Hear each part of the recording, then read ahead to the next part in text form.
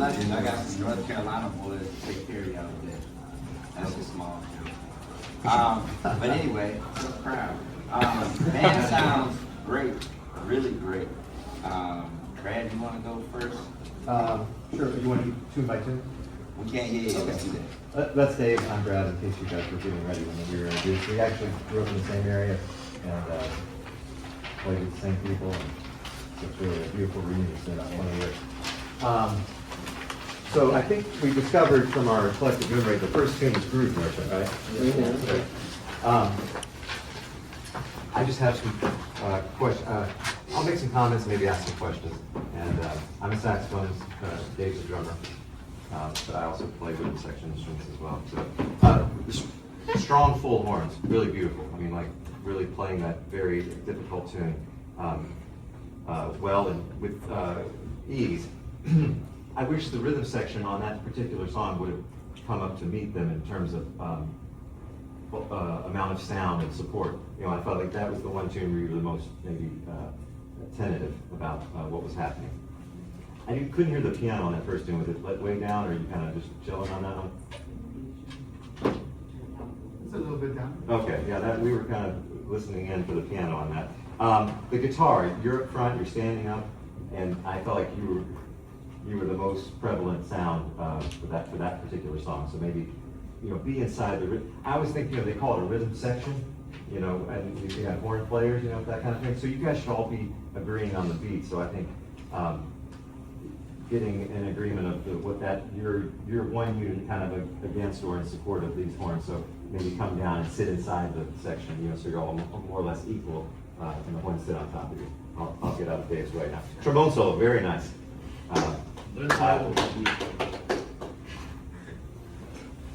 Well, okay, sure. I thought rhythm section could match the volume and intensity, and then when you get to the solo, and I love what you did with the arrangement. I love the texture changes, the things were dropping out. Just solo together. Don't I wouldn't stay in that same groove or that same motion, so that you can. You're playing great stuff, so make sure they're listening to you. You know what I mean? Like give them some space, lead them. What happened after that? Oh, there was the texture change for the alto solo. I thought was amazing. I love when big bands subvert the expectation. I run 3 different big bands, and I hate it all because it's the same thing every time. Like I'm a baritone saxophone player in the big band, and I feel like I play the same thing every time, and I know why I do that when I'm improvising, because the framework is always the same. I'm always hearing the same information. It's inspiring the same ideas that I have. So when all that dropped out, it was just, what was it, guitar and alto?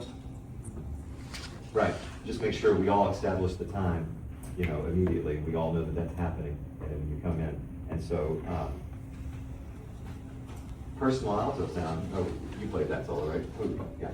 The personal alto sound. I loved it right away. It had everything I wanted. It had language. It had the avant-garde. It had the blues. It had everything. It was what? That's not a dirty word. It's an incentive. Oh, okay.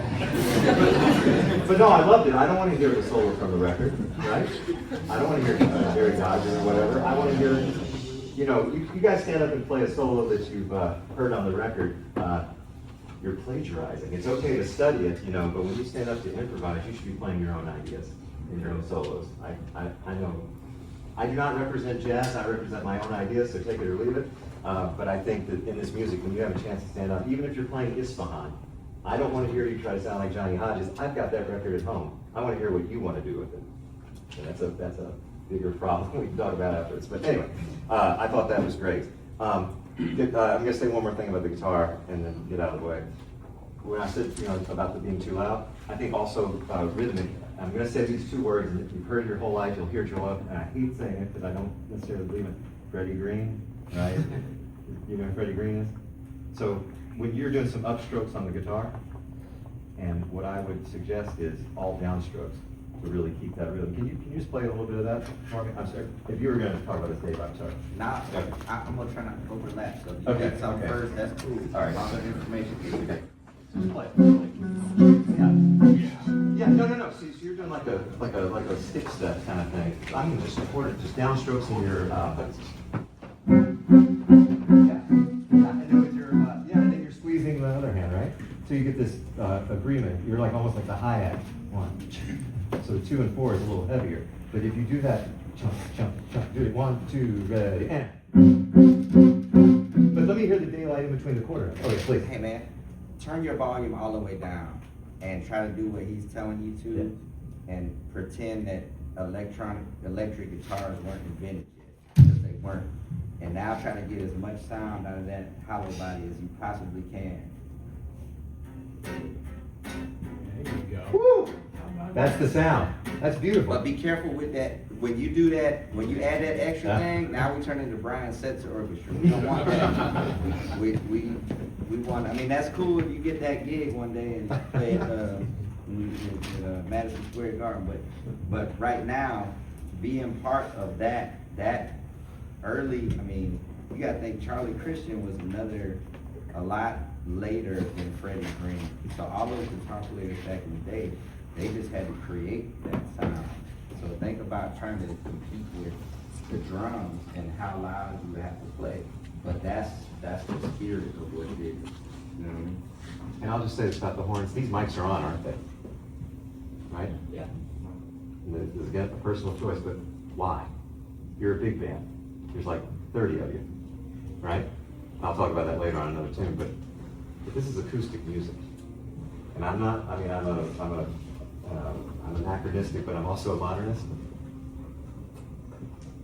Where's that volume that you have? I don't know what that means. I don't play guitar. No, there, here. Sorry. Play it. No, where you were when Dave had you do it. Okay. Can we just play the beginning of that? And that's what I'd like to hear. Brad? Yes. Turn off all the mics. Done. This is a crutch. You know why jazz got all weird is because the bass plugged in, right? You know? And then the drummer said, well, now I can play louder. And then the piano player said, but I need a mic now. And then the piano player played louder, and then the guitar plugged in, and the horn players were like, well, now I need a mic. No, you don't. You work your whole life to develop your own personal sound, and then you got somebody in the back deciding if it's bright or dark or tinny or where it is in the mix. No offense. Be careful now. No. Be careful. Guys, this is your music. This is your voice. So, guys, and I mean, who wants to change their posture of playing to meet the microphone and all that? That's unhelpful and a distraction from playing really cool ideas, right? Yeah. So can we just play a little bit of that as acoustic as possible? Aha! You fooled me. From that, I couldn't see the body of that thing. But here we go. I don't like the name of the song, so somebody photoshopped it to say Grove Merchant. The word groove has weird connotations in jazz. 1, 2, 1, 2, 3. Okay,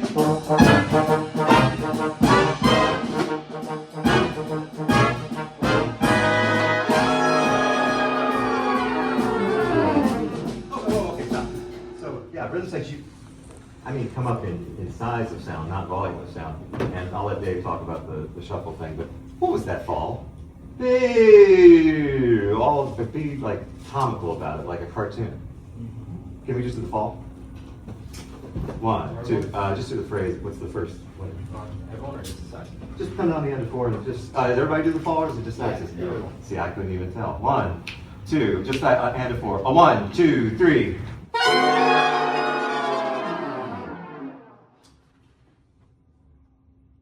Take longer. See how the trombones are going like that, and the trumpets, and then you guys took longer, but then there was just like you were holding on to certain notes. One more time. 1, 2, 3, 4. Well,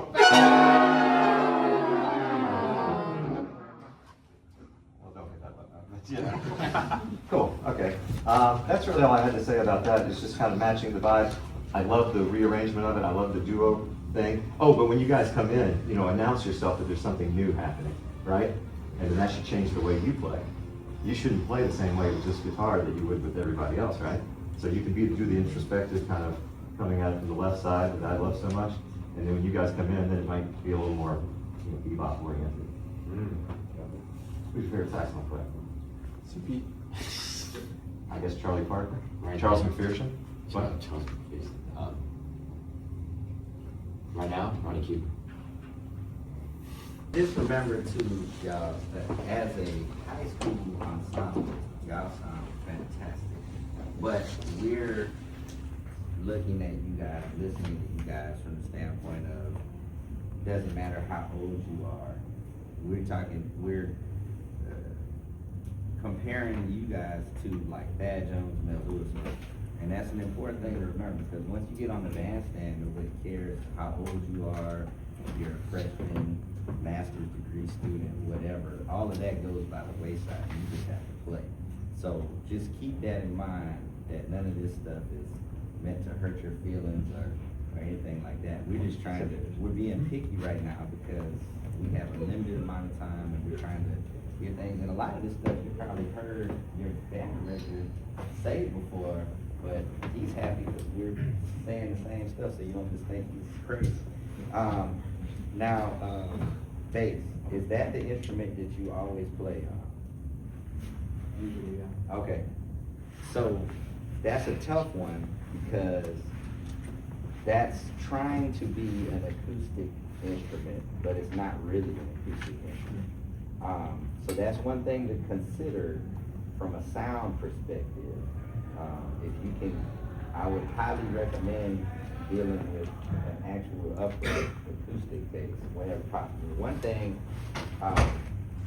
regardless of what instrument you're playing, right now when you're walking, the front end of the note is generating sound, but then it's dying off before you get to the next note.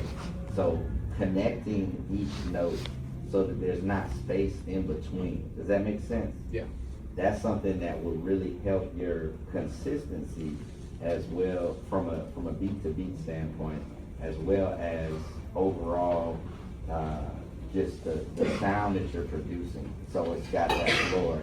So there's not a bunch of cracks and holes in the floor right now. Does that make sense? Yeah. So that's something a lot you can deal with your left hand. How long you're holding those notes down. Are you cheating that note? Are you giving that quarter note the full length of time in between? Does that make sense? Yeah. So think about that when you're shedding. Drums, with that left hand, okay, I did a whole clinic yesterday about the ride cymbal. So just in general, you gotta be careful with the voicing of the drum. Anybody ever talk to you about that in those terms?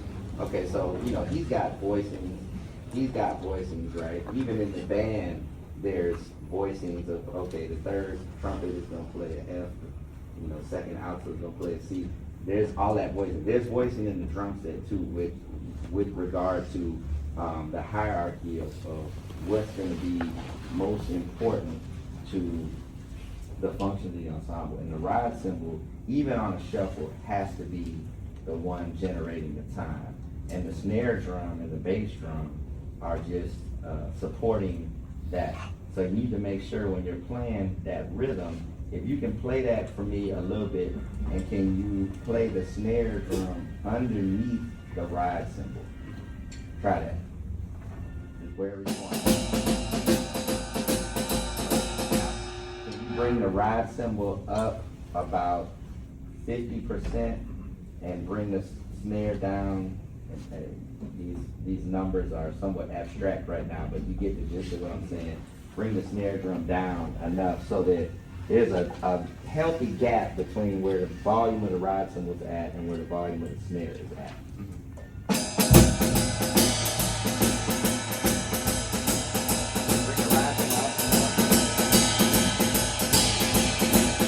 Hard to do, right? So shed that, being able to control where the limbs are in response to the ride cymbal. Because generally speaking, unless you're doing a fill or a hit of some kind to match them, that cymbal needs to be out front, because that's what they're listening for. They're not listening for that snare. They're listening for the ride cymbal to generate the time on that. Okay. That makes sense. And then I would say trombone. Use some nice blues elements and call and response in your solo. And to Brad's point, as a rhythm section, especially as a drum bass, you can play that shuffle, but if you listen to somebody like an Art Blakey or even Thad Jones on the solos, there's ways to play that shuffle but still accentuate what's going on around you. So definitely check out those cats. Don't be beholden to that rhythm to the point that you're locked in and it doesn't matter what's going on around you. You have to play that exact thing.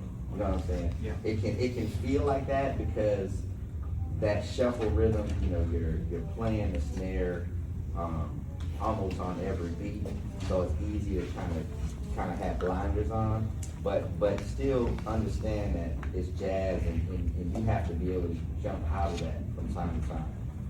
Trombone, with it being a shuffle, do you guys, and saxophone too, all of y'all, do you think about locking up where your eighth notes are with where the rhythm section, specifically the drummer, is playing their eighth notes? I'm thinking about it with this talk.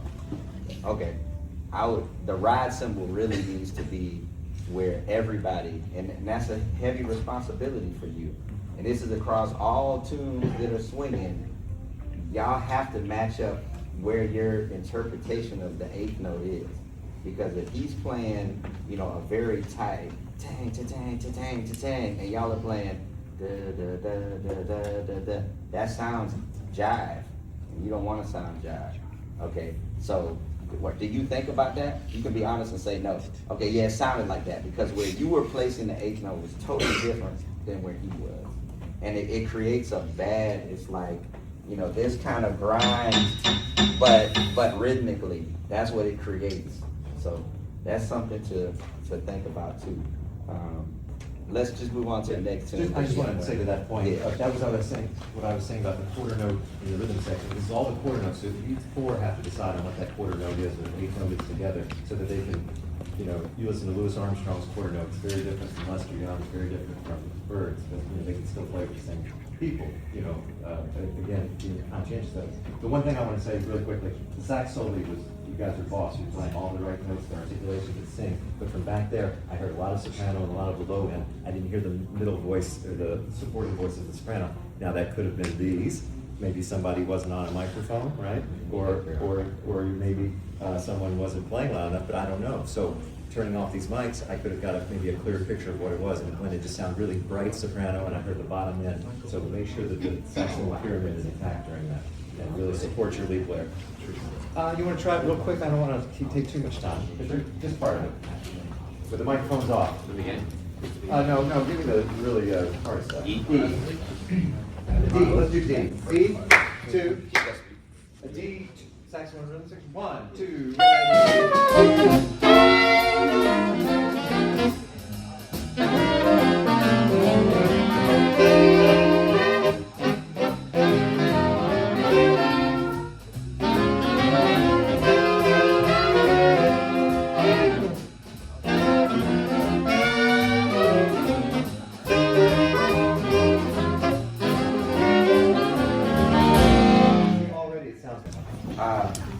which I put as mystery dizzy sounding tune because your director did the Miles Davis approach. He just turned it back to the audience and just tell the tune. That's okay. I respect that because y'all sound good. You can do that when you. There's a lot of things you can do.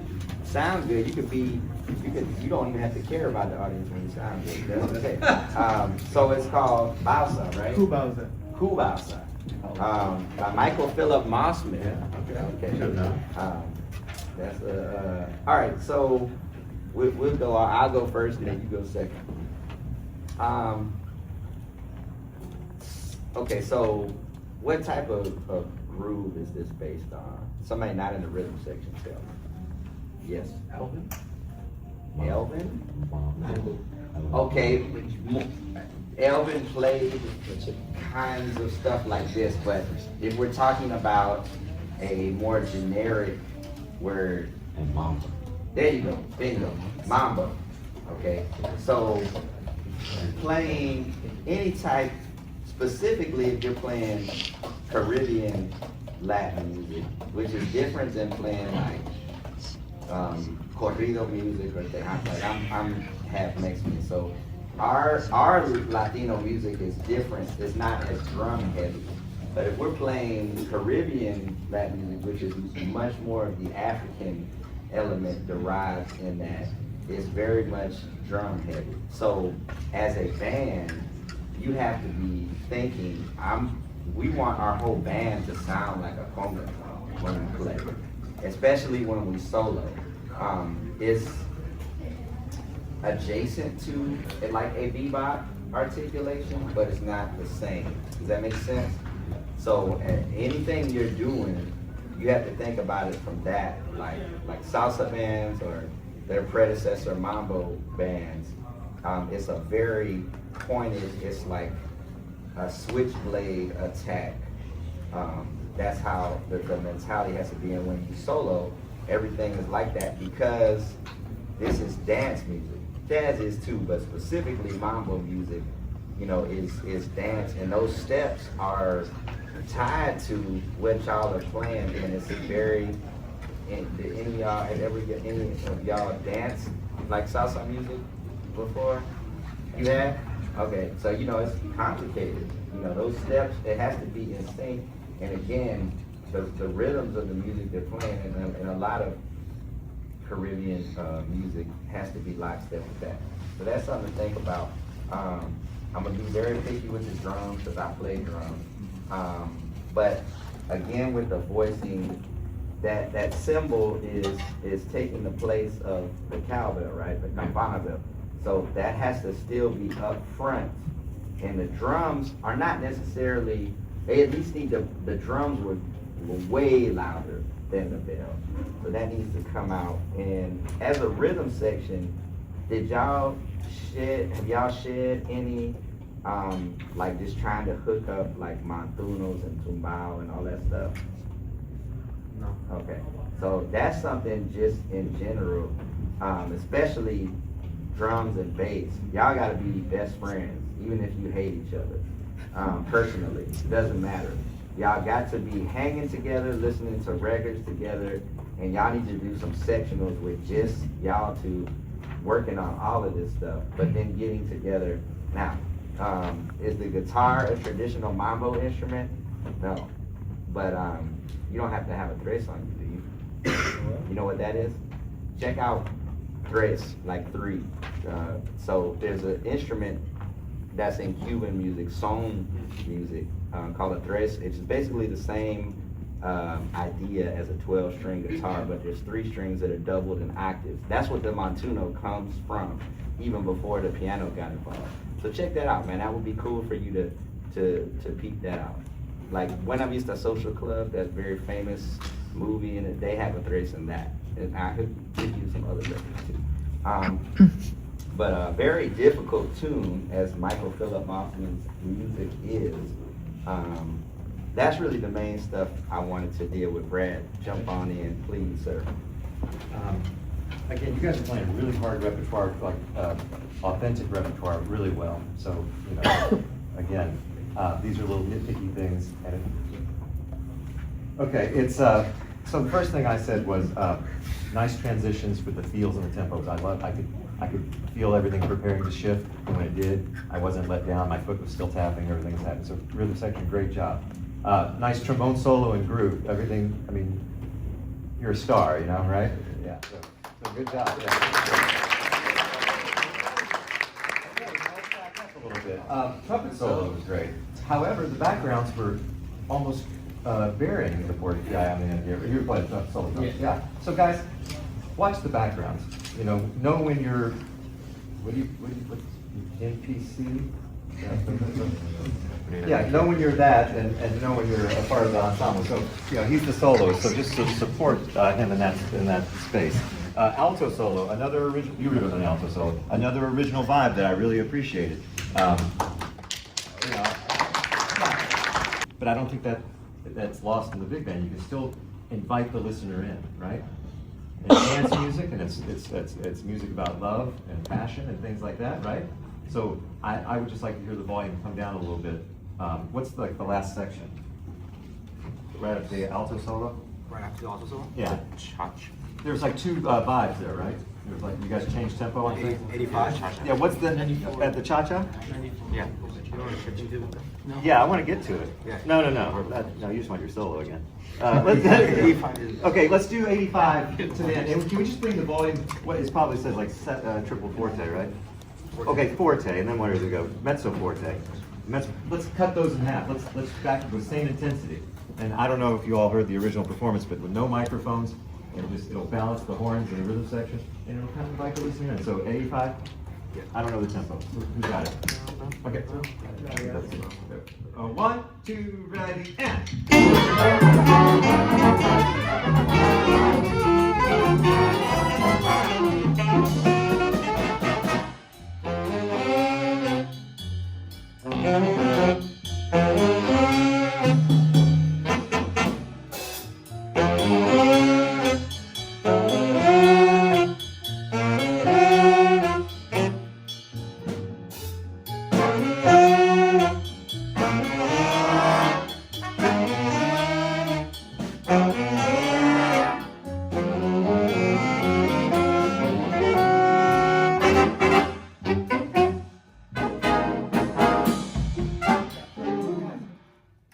What was the most important thing we should have heard in that last section?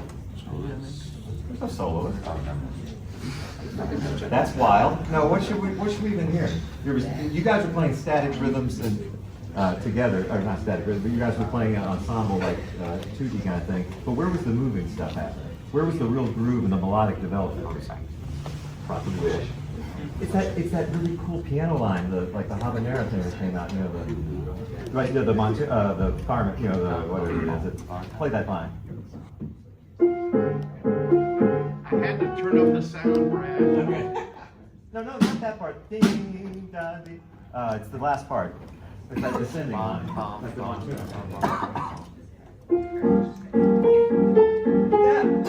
yeah, the Carmen thing, right? So that's what I'm listening for while you guys are doing your pop, G pop. Hey, Brad, can we do 90? Oh, hell yeah. 94? Can we get into it? Yeah. Or you want to start right on it? Did y'all play that rhythm right? Was that in time? Yeah, y'all gotta be careful with that. That's what I'm saying. Okay, Do it again? 85 again?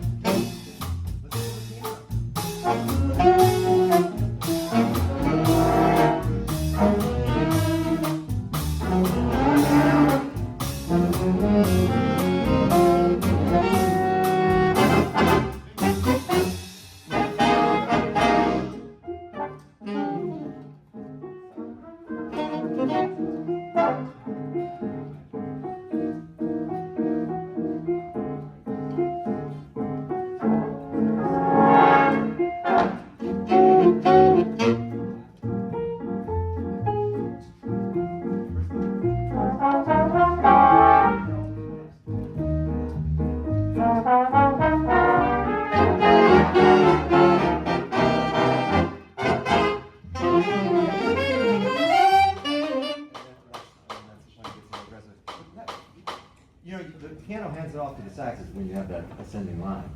But you know, let the piano have that moment when you guys are just being the rhythm section. Pop. And then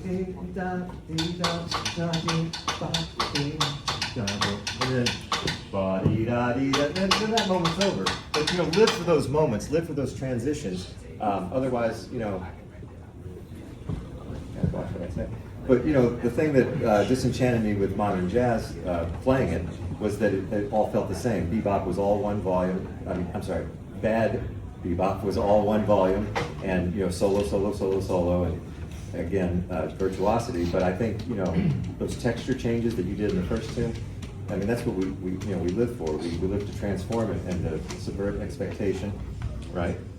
Like all of this written stuff is the constant, and the variables are why we play jazz, so we can improvise. So I love what you're doing with it. So I think in that moment, just remember that the piano has this beautiful part that's familiar to everybody, and we want to hear it, we want to support it, we want to draw attention to it. And then even the audience starts to hear the form and the shifts and things. Cool. All right, can we do the next song, Megan? Here's that range. Okay, I just have a really quick, I know we're running out of time. Guys, who arranged the Rainy Day? Eric Berger and Deep Park. Never heard of him. But I played that arrangement a million times, and it's just a lot of work, right? Yeah, I hate it, but it's really difficult to blend the saxophones, especially the bottom end. So I applaud you for that.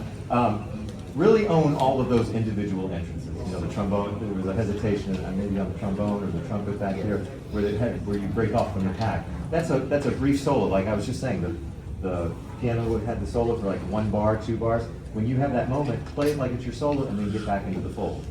Where's that trumpet going part, exposed part? Measure 8. Measure 8? Yeah. That's really early in the song. Okay. Can we try measure 8? 1, 1, 2, ready, and.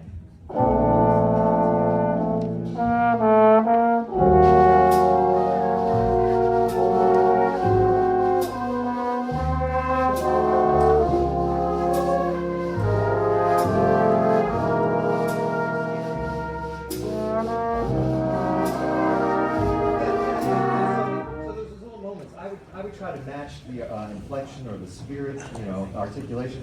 Ba-da-da-dee-ba-dee-da. You're answering one trombone in a whole trumpet section. So really kind of get inside the sound and the swagger or whatever it is, when you do that. So I would just say really own your individual entrances, because this is like a Kenton-esque, Kenton version, right? Did he record it? Yeah. Okay. He did? Is that the recording you listened to? Yeah. Then that brings me right next thing. Vibrato and the saxes after the trombone solo? Say what? Or is that the microphone? It's the microphone. Is it the microphone? No, I heard you did like a really timid, tight vibrato. Why would you do that? Can I hear that part real quick? Where's that? Are you saying no vibrato? No vibrato, or a very dry, Paul Desmond, you guys heard of him? Yeah. Dry martini, mentholated, they call this sound. Mentholated, don't worry about what that means. But, and he wasn't in that band, but like Lenny House or Art Pepper or my teacher, and he wrote his comments. So, but no vibrato, because you want to sound, what's that? Your teacher was Lee Conant. Yeah, dear friend. That's crazy. But so, you want to sound like the trombones and the brass. Can we just play that? One, where's it? 33. 33. 1, 2, ready, and.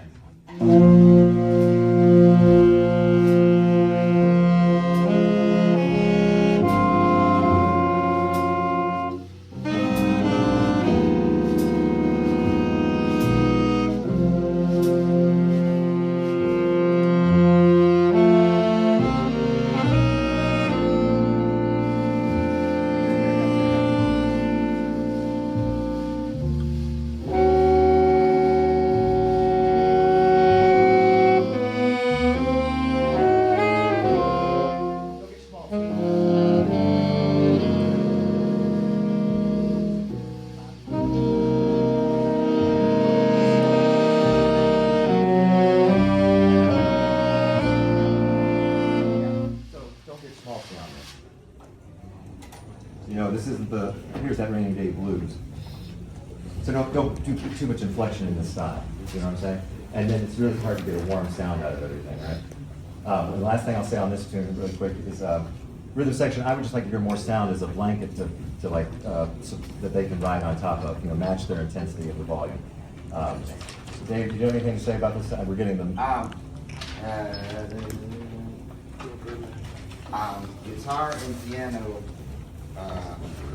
y'all sounded very ambiguous. Who was confident and who wasn't confident. Definitely, if you don't have something you really think you need to be playing or are supposed to play, don't play. That's a good rule of thumb. Don't just play because you have the instrument in front of you. Especially because harmonically, do we need to stop like right now? Okay, yeah, don't do that. Do something else, but don't do that. All right. On behalf of the Jazz Education Network and Generation Jazz Festival, I'm pleased to present the Mission Hills High School Cardinal Jazz Band under the direction of Chris Coughlin this participation award. And give it up once again for Brad and for David for their contribution and the conference.